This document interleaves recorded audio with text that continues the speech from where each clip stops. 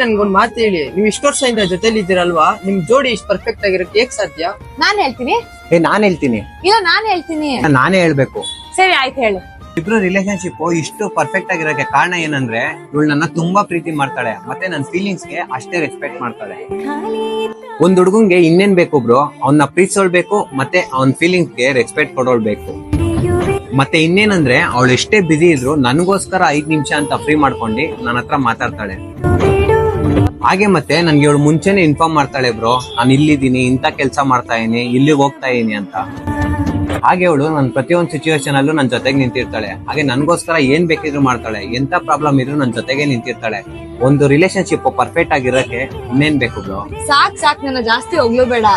ಸುಮ್ನೆ ಕುತ್ಕೋ. ದೇವರಾಣೆಗೂ ನನ್ಗೆ ಇವತ್ತು ಗೊತ್ತಾಯ್ತು ನಿಮ್ ಜೋಡಿ ಹೆಂಗ್ ಇಷ್ಟು ಪರ್ಫೆಕ್ಟ್ ಆಗಿದೆ ಅಂತ.